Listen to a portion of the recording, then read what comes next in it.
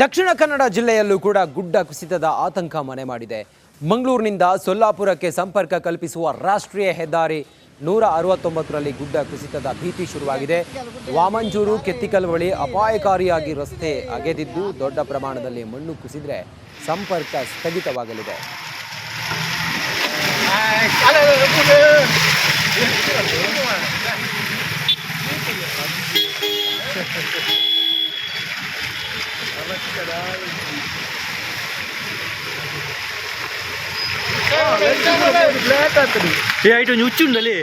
ಹುಚ್ಚುಂಡಲ್ಲಿ ನೇರುನು ಅದೇ ನೇರುನು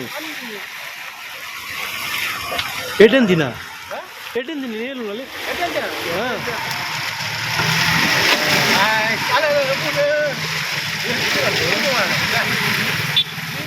ಮಹಾರಾಷ್ಟ್ರದಲ್ಲಿ ಸುರಿತಾ ಇರುವ ಭಾರೀ ಮಳೆ ಅವಾಂತರವನ್ನ ಸೃಷ್ಟಿ ಮಾಡಿದೆ. ಕೃಷ್ಣೆ ಮತ್ತು KRS ಸಂಪೂರ್ಣವಾಗಿ ಪ್ರವಾಹದ ಪರಿಸ್ಥಿತಿಯನ್ನು ಎದುರಿಸುವ ಹಂಗೆ ಕಾಣಿಸ್ತಾ ಇದೆ. ಜನರು ಆತಂಕದಲ್ಲಿದ್ದಾರೆ. ಈ ಕುರಿತಾಗಿ ಒಂದು ವರದಿ ನೋಡೋಣ ಬನ್ನಿ.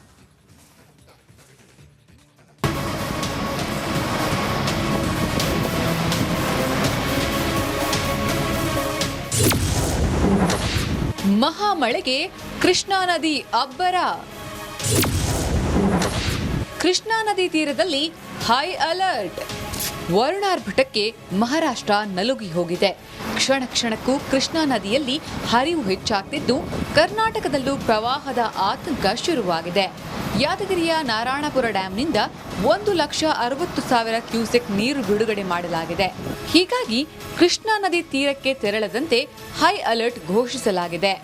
ದಯವಿಟ್ಟು ನದಿ ದಂಡೆಯಲ್ಲಿ ಬಟ್ಟೆ ತೊಳೆಯೋದಾಗ್ಲಿ, ಸ್ನಾನ ಮಾಡೋದಾಗ್ಲಿ, ಕಾಲು ಕೈ ಮಗ ತೊಳೆಯಕ್ಕೆ ಯಾವುದೊಂದು ಸಾಹಸ ಮಾಡ್ದಾನೆ ಇಲ್ಲಿ ವ್ಯವಸ್ಥೆ ಮಾಡಿದೆ. ಈ ವ್ಯವಸ್ಥೆಯಿಂದ ನಾವು ಬಳಸ್ಕೊಂಡು ಸಹಕಾರ ನೀಡಬೇಕಂತ ಹೇಳಿ ನಿಮ್ಮಲ್ಲಿ ವಿನಂತಿಪೂರ್ವಕದಿಂದ ಕೇಳ್ಕೊಳ್ತೇವೆ.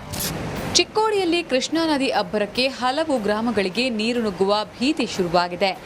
ನದಿ ಅಕ್ಕಪಕ್ಕದ ಜಮೀನುಗಳಿಗೆ ನೀರು ನುಗ್ಗಿದ್ದು ಕಬ್ಬು ಬೆಳೆ ಜಲಾವೃತಗೊಂಡಿದೆ. ಮಂಡ್ಯದಲ್ಲಿ ಕಾವೇರಿ ನದಿ ಮೈದುಂಬಿ ಹರಿಯುತ್ತಿದೆ. KRS ಡ್ಯಾಂನಿಂದ 50,000 ಕ್ಯೂಸೆಕ್ಗೂ ಅಧಿಕ ನೀರು ಬಿಡುಗಡೆ ಮಾಡಲಾಗಿದೆ. ನದಿ ದಡದ ಜಮೀನುಗಳು ನೀರಿನಲ್ಲಿ ಮುಳುಗಡೆಯಾಗುವ ಆತಂಕ ಶುರುವಾಗಿದೆ.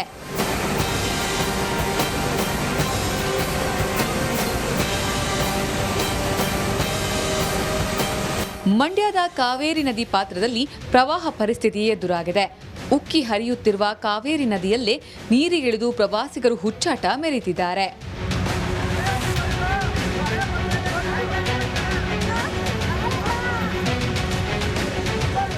ಇನ್ನು KRS ಜಲಾಶಯ ಭರ್ತಿ ಹಿನ್ನೆಲೆ ಜುಲೈ 27ರಂದು ಸಿಎಂ ಸಿದ್ದರಾಮಯ್ಯ ಬಾಗಿನ ಅರ್ಪಿಸಲಿದ್ದಾರೆ. ಪಶ್ಚಿಮ ಘಟ್ಟದಲ್ಲಿ ವರುಣಾರ್ಭಟ ಜೋರಾಗಿದ್ದು ಚಿಕ್ಕೋಡಿ, ಬೆಳಗಾವಿ ಸೇರಿ ಹಲವೆಡೆ ಪ್ರವಾಹದ ಆತಂಕವಿದೆ. Bureau report, Republic Kannada.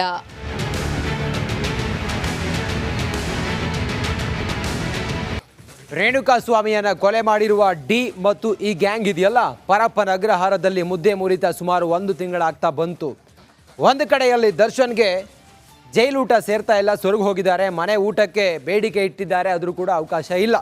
ಇದೆಲ್ಲದರ ನಡುವೆ ಪೊಲೀಸರು ಮಾತ್ರ ಇನ್ನಷ್ಟು ಸಾಕ್ಷ್ಯವನ್ನು ಕಲೆ ಹಾಕುವತ್ತ ಹೊರಟಿದ್ದಾರೆ. ಇದೆಲ್ಲದರ ಕುರಿತಾಗಿ ಒಂದು ವಿಶೇಷ ವರದಿ ಇದೆ, ನೋಡೋಣ ಬನ್ನಿ.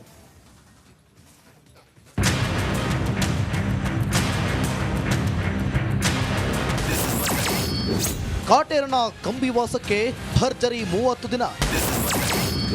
ರಿಟ್ ಅರ್ಜಿ ಸಲ್ಲಿಸಿ ಬೇಚಿಗೆ ಸಿಲುಕಿದ ಸಾರಥಿ. ರೇಣುಕಸ್ವಾಮಿ ಕೊಲೆ ಕೇಸ್ನಲ್ಲಿ ದರ್ಶನ್ ಅಂಡ್ ಗ್ಯಾಂಗ್ ಜೈಲು ಸೇರಿ ಬರೋಬ್ಬರಿ 1 ತಿಂಗಳಾಯಿತು. ತಿಂಗಳಿನಿಂದ ಜೈಲಿನಲ್ಲಿರುವ ಸಾರಥಿ ಮನೆಯೂಟವಿಲ್ಲದೆ ಸೊರಗಿದ್ದಾರೆ. ಇತ್ತ ಮನೆಯೂಟ ಇಲ್ಲ, ಅತ್ತ ಸೆಲ್ನಿಂದ ಆಚೆ ಬರುವಂತೆಯೂ ಇಲ್ಲ. ಸಮಯ ಕಳೆಯೋಕೆ ಏನ್ ಮಾಡಬೇಕು ಅನ್ನೋದು ತೋಚದೆ ಕರಿಯ ಕಂಗಾಲಾಗಿದ್ದಾರಂತೆ. ಮನೆ ಊಟಕ್ಕಾಗಿ ಹೈಕೋರ್ಟ್ಗೆ ರಿಟ್ ಅರ್ಜಿ ಸಲ್ಲಿಸಿದ್ದೆ ಇದೀಗ ದರ್ಶನ್ಗೆ ಕಂಟಕವಾದಂತೆ ಕಾಣ್ತಿದೆ. ಅಷ್ಟಕ್ಕೂ ದರ್ಶನ್ ಮನೆ ಊಟಕ್ಕಾಗಿ ಮಾಡಿದ ಎಡವಟ್ಟೇನು ಅನ್ನೋದನ್ನ ನೋಡೋದಾದ್ರೆ, ಜೈಲಿನಲ್ಲಿ ಮನೆಯೂಟ ಪಡೆಯಲು ಅವಕಾಶ ಇದೆ. 2021ರ ಕರ್ನಾಟಕ ಪ್ರಿಸನ್ಸ್ ಸರ್ವಿಸ್ ಮ್ಯಾನ್ಯುಲ್ ಅಡಿ ಮನೆಯೂಟ ನೀಡಲು ಅವಕಾಶ ಇದೆ. ಆದರೆ ಮೊದಲು ಕಾರಾಗೃಹಗಳ ಐಜಿಗೆ ಮನವಿ ಮಾಡಬೇಕು ಅಥವಾ ಮ್ಯಾಜಿಸ್ಟ್ರೇಟ್ ಕೋರ್ಟ್ಗೆ ಮನವಿ ಮಾಡಬೇಕು. ಆದರೆ ದರ್ಶನ್ ಪರ ವಕೀಲರು ಏಕಾಏಕಿ ಹೈಕೋರ್ಟ್ಗೆ ಅರ್ಜಿ ಸಲ್ಲಿಸಿದ್ರು. ಹೀಗಾಗಿ ತಪ್ಪು ಕಾನೂನು ಕ್ರಮವೇ ದರ್ಶನ್ ಮನೆ ಊಟಕ್ಕೆ ಕಂಟಕವಾದಂತಿದೆ. ನಕಲಿ ಸಿಮ್ ಬಳಸಿ ಅಖಾಡಕ್ಕಿಳಿದ ಖಾಕಿ.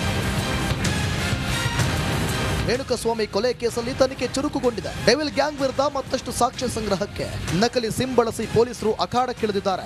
ನಕಲಿ ಸಿಮ್ ಬಳಸಿ ರೇಣುಕಾ ಇನ್ಸ್ಟಾಗ್ರಾಂ ಖಾತೆ ರಿಟ್ರೀವ್ ಮಾಡಲಾಗ್ತಿದೆ. ಇನ್ಸ್ಟಾಗ್ರಾಂ ಕಂಪನಿಗೂ ಪತ್ರ ಬರೆದು ಮಾಹಿತಿ ಸಂಗ್ರಹಕ್ಕೆ ಮುಂದಾಗಿದ್ದು ಡಿಜಿಟಲ್ ಸಾಕ್ಷ್ಯದ ಬೆನ್ನು ಬಿದ್ದಿದ್ದಾರೆ. ಒಟ್ನಲ್ಲಿ ಡಿ ಮತ್ತು ಗ್ಯಾಂಗ್ಗೆ ಸಂಕಷ್ಟಗಳ ಸರಮಾಲೆಯೇ ಎದುರಾಗಿತ್ತು.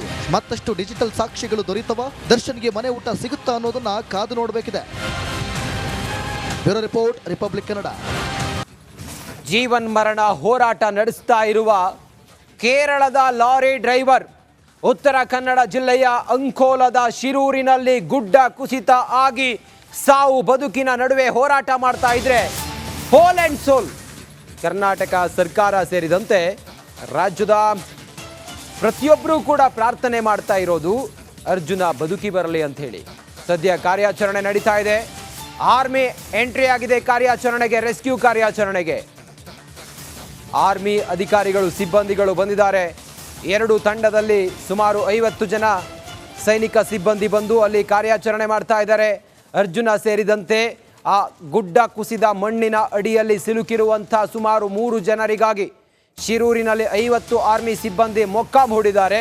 ಕಾರ್ಯಾಚರಣೆ ಆರಂಭ ಆಗಿಲ್ಲ. ಇನ್ನು ಬಂದು 3 ಗಂಟೆ ಕಳೆದರೂ ಕೂಡ ಕಾರ್ಯಾಚರಣೆ ಇನ್ನೂ ಆರಂಭ ಆಗಿಲ್ಲ. ಅಧಿಕಾರಿಗಳ ಆದೇಶಕ್ಕಾಗಿ ಕಾದು ಕುಳಿತಿದ್ದಾರೆ. ಒಂದೊಂದು ಮಿನಿಟ್ ಕೂಡ ಇಂಪಾರ್ಟೆಂಟ್. ಅಧಿಕಾರಿಗಳು ಈ ಕ್ಷಣಕ್ಕೆ ಓಕೆ ಅಂತ ಹೇಳಿದರೆ, ಶುರು ಅಂತ ಹೇಳಿದರೆ, ಗೋ ಹೆಡ್ ಅಂತ ಹೇಳಿದರೆ ಅಲ್ಲಿ ಆರ್ಮಿ ಆಪರೇಷನ್ ಸ್ಟಾರ್ಟ್ ಆಗುತ್ತೆ. ಆರ್ಮಿ ಆಪರೇಷನ್ನಲ್ಲಿ ಸುಮಾರು 50 ಜನ ಸೇನಾ ಸಿಬ್ಬಂದಿ ಆಲ್ರೆಡಿ ಬಂದು ಮೊಕ್ಕಾಂ ಹೂಡಿದ್ದಾರೆ. ಇನ್ನೂ ಕೂಡ ಆಪರೇಷನ್ ಸ್ಟಾರ್ಟ್ ಆಗಿಲ್ಲ, ರೆಸ್ಕ್ಯೂ ಆಪರೇಷನ್. ಒಂದೊಂದು ಮಿನಿಟ್ ಕೂಡ ಇಂಪಾರ್ಟೆಂಟ್. ಯಾಕಂತ ಹೇಳಿದರೆ ಆ ಲಾರಿ ಏನಿದೆ, ಆ ಲಾರಿ ಒಳಗಡೆ ಅರ್ಜುನ್ ಜೀವಂತವಾಗಿದ್ದಾನೆ ಅನ್ನೋದು ಈಗ ಮಾಹಿತಿ ಸಿಕ್ಕಿದೆ. ಯಾಕಂತ ಹೇಳಿದರೆ ಆತನ ಮಡದಿ ಕಾಲ್ ಮಾಡಿದಾಗ ಅಲ್ಲಿ ಸ್ವಿಚ್ ಆನ್ ಆಗಿದ್ದು ಮತ್ತು ಆಫ್ ಆಗಿದ್ದು ಗೊತ್ತಾಗಿರೋದ್ರಿಂದಾಗಿ ಆತ ಬದುಕಿದ್ದಾನೆ ಅನ್ನುವ ಸೂಕ್ಷ್ಮತೆ ಸಿಕ್ಕಿದೆ. ಈ ಕಾರಣದಿಂದ ಪ್ರತಿ ಮಿನಿಟ್ ಕೂಡ ವೇಸ್ಟ್ ಮಾಡದೆ ಕಾರ್ಯಾಚರಣೆ ನಡೀತಾ ಇದೆ. ಆದರೆ ಆರ್ಮಿ ತಂಡ ಅಲ್ಲಿ ಬಂದಿದ್ದು ಇನ್ನೂ ಕೂಡ ಆಪರೇಷನ್ ಸ್ಟಾರ್ಟ್ ಆಗಿಲ್ಲ. ಇನ್ನಷ್ಟು ಮಾಹಿತಿಯೊಂದಿಗೆ ನಮ್ಮ ಪ್ರತಿನಿಧಿ ನಾಗೇಂದ್ರ ಬಾಬು ಸಂಪರ್ಕದಲ್ಲಿದ್ದಾರೆ. ನಾಗೇಂದ್ರ ಬಾಬು, ಆರ್ಮಿ ಆಪರೇಷನ್ ಇನ್ನೂ ಸ್ಟಾರ್ಟ್ ಆಗಿಲ್ವಾ? ಯಾಕೆ ಡಿಲೇ ಆಗ್ತಾ ಇದೆ? ಪ್ರತಿ 1 ಮಿನಿಟು ಇಂಪಾರ್ಟೆಂಟ್ ಆಗಿರೋದ್ರಿಂದ ಯಾಕೆ ಡಿಲೇ ನಾಗೇಂದ್ರ ಬಾಬು?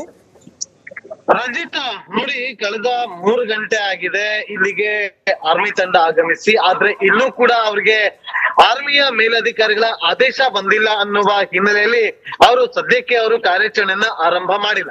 ಇಲ್ಲಿಗೆ ಬಂದಿರುವಂತ ಆರ್ಮಿ ಹಿರಿಯ ಅಧಿಕಾರಿಗಳು ಒಂದಷ್ಟು ಮಾಹಿತಿಯನ್ನ, ಅಂದ್ರೆ ಆರ್ಮಿ ಮೇಜರ್ ಇಲ್ಲಿನ ಮಾಹಿತಿಯನ್ನ ಕಲೆ ಹಾಕಿದ್ದಾರೆ. ಮಾಹಿತಿಯನ್ನ ಕಲೆ ಹಾಕಿ ಯಾವ ಜಾಗದಲ್ಲಿ ಟ್ರಕ್ ಇದೆ ಅನ್ನೋದ್ರ ಬಗ್ಗೆ ಒಂದಷ್ಟು ಇನ್ಫಾರ್ಮೇಶನ್ ಅನ್ನ ಗ್ಯಾದರ್ ಮಾಡ್ಕೊಂಡಿದ್ದಾರೆ. ಜೊತೆಗೆ ಯಾವ ಭಾಗದಲ್ಲಿ ಅದು ಸಿಲ್ಕೊಂಡಿರ್ಬೋದು ಅನ್ನೋದ್ರ ಬಗ್ಗೆ ಒಂದಷ್ಟು ಮ್ಯಾಪಿಂಗ್ ಅನ್ನ ಕೂಡ ಮಾಡಿಕೊಳ್ಳುವಂತ ಕೆಲಸವನ್ನ ಮಾಡ್ಕೊಂಡು ರೆಡಿ ಆಗಿದ್ದಾರೆ. ಆದ್ರೆ ಇಲ್ಲಿಯವರೆಗೂ ಕೂಡ ಆ ಒಂದು ಆರ್ಮಿ ಸ್ಟಾಫ್ ನ ಮೂಲಕ ಕಾರ್ಯಾಚರಣೆಯನ್ನ ಆರಂಭ ಮಾಡಿಲ್ಲ. ನಾವು ಕೂಡ ಈಗ ಸ್ಥಳದಲ್ಲೇ ಇದ್ದೀವಿ. ಸ್ಥಳದಲ್ಲಿ ಗಮನಿಸಬಹುದು ನೋಡಿ, ಈಗ ಈ ಒಂದು ನನ್ನ ಹಿಂಭಾಗದಲ್ಲಿ ಜೆಸಿಬಿಗಳ ಮೂಲಕ ಅದನ್ನ ಮಣ್ಣನ್ನ ತೆರವು ಕಾರ್ಯಾಚರಣೆಯನ್ನ ಮಾಡುವಂತ ಕೆಲಸಗಳಾಗ್ತಾ ಇದೆ. ಜೊತೆಗೆ 3-4 ಜೆಸಿಬಿಗಳು ಅಲ್ಲಿ ಆ ಒಂದು ಮಣ್ಣನ್ನ ತೆರವುಗೊಳಿಸ್ತಾ ಇದ್ದಾರೆ. ಮತ್ತೊಂದು ಕಡೆ ನೋಡಿ, ಈಗ ಅಲ್ಲಿ ಆ ಒಂದು ಭಾಗದಲ್ಲಿ ಟ್ರಕ್ ಇತ್ತು ಅಂತೇನು ಹೇಳಲಾಗ್ತಾ ಇದೆ. ಆ ಭಾಗದಲ್ಲಿ ಸಚಿವ ಕೃಷ್ಣ ಬೈರೇಗೌಡ ಅವರು ರಿಪಬ್ಲಿಕ್ ಕನ್ನಡಕ್ಕೆ ಕೊಟ್ಟಿರುವಂತಹ ಮಾಹಿತಿ ಪ್ರಕಾರ ಇನ್ನೂ ಕೂಡ ಅಲ್ಲಿ ಇಲ್ಲ ಅನ್ನೋದು ಅವರ ಅನುಭವದ ಆಧಾರದ ಹೇಳಿದೆ. ಅದ್ರ ಅಧಿಕೃತವಾಗಿ ನಾವು ಈಗಲೇ ಹೇಳೋದಕ್ಕೆ ಬರೋದಿಲ್ಲ. ಆದ್ರೆ ನಾವು ಇನ್ನೂ ಕೂಡ ಹುಡುಕಾಟವನ್ನ ಮುಂದುವರ್ಸಿದ್ದೀವಿ ಅಂತೇಳಿ. ಅರ್ಜುನ್ ಜೊತೆಗೆ ಇಲ್ಲಿನ ನೋಡಿ, ಇದೇ ಜಾಗದಲ್ಲಿ ಇದ್ದಂತ ಟೀ ಅಂಗಡಿ ಏನಿದೆ, ಆ ಟೀ ಅಂಗಡಿಯಲ್ಲಿ ಇದ್ದಂತ ಇಬ್ಬರು ಕೂಡ ಇನ್ನೂ ಪತ್ತೆ ಆಗಿಲ್ಲ. ಅವರಿಗೂ ಕೂಡ ನಾವು ಹುಡುಕಾಟವನ್ನ ನಡೆಸ್ತಾ ಇದ್ದೀವಿ, ಅದು ಮಾನವೀಯತೆ ದೃಷ್ಟಿಯಿಂದ ಅನ್ನುವ ಮಾಹಿತಿಯನ್ನ ಕೂಡ ಕೊಟ್ಟಿದ್ದಾರೆ. ಇದೆಲ್ಲದರ ಜೊತೆಯಲ್ಲಿ ಕೇರಳ ಸರ್ಕಾರ ಆದಷ್ಟು ಬೇಗ ಆರ್ಮಿ ಪಡೆಯನ್ನ ಕರೆದುಕೊಂಡು ಬಂದು ಆರ್ಮಿಯವರ ಮೂಲಕ ಅವರು ರೆಸ್ಕ್ಯೂ ಆಪರೇಷನ್ ಅನ್ನ ಮಾಡಬೇಕಾಗಿತ್ತು. ಆದ್ರೆ ಮಾಡಿಲ್ಲ ಅಂತೇಳಿ ಒಂದಷ್ಟು ಚೀಮಾರಿ ಹಾಕುವಂತ ಕೆಲಸವನ್ನ ಮಾಡಿತ್ತು ಕೇರಳ ಸರ್ಕಾರ. ಆದ್ರೆ ರಾಜ್ಯ ಸರ್ಕಾರ ಅದಕ್ಕೆ ಸಂಬಂಧಪಟ್ಟಂತೆ ಒಂದು ಪ್ರತಿಕ್ರಿಯೆಯನ್ನ ಕೊಟ್ಟಿದ್ರು. ಅದರಲ್ಲೂ ಪ್ರಮುಖವಾಗಿ ಸಚಿವ ಕೃಷ್ಣ ಬೈರೇಗೌಡ ಅವರು ಕೂಡ ಪ್ರತಿಕ್ರಿಯೆ ಕೊಟ್ಟರು. ನೋಡಿ, ಇಲ್ಲಿ ಪ್ರಮುಖ ಪ್ರಮುಖವಾಗಿ ನಾವು ಎಲ್ಲರ ಸೇಫ್ಟಿನ ತಗೊಂಡು ನಾವು ಈ ಒಂದು ಕಾರ್ಯಾಚರಣೆಯನ್ನ ಮಾಡ್ತಾ ಇದೀವಿ. ನಮಗೂ ಕೂಡ ಗೊತ್ತಿದೆ ಪ್ರತಿಯೊಬ್ಬರ ಜೀವ ಕೂಡ ಇಂಪಾರ್ಟೆಂಟ್.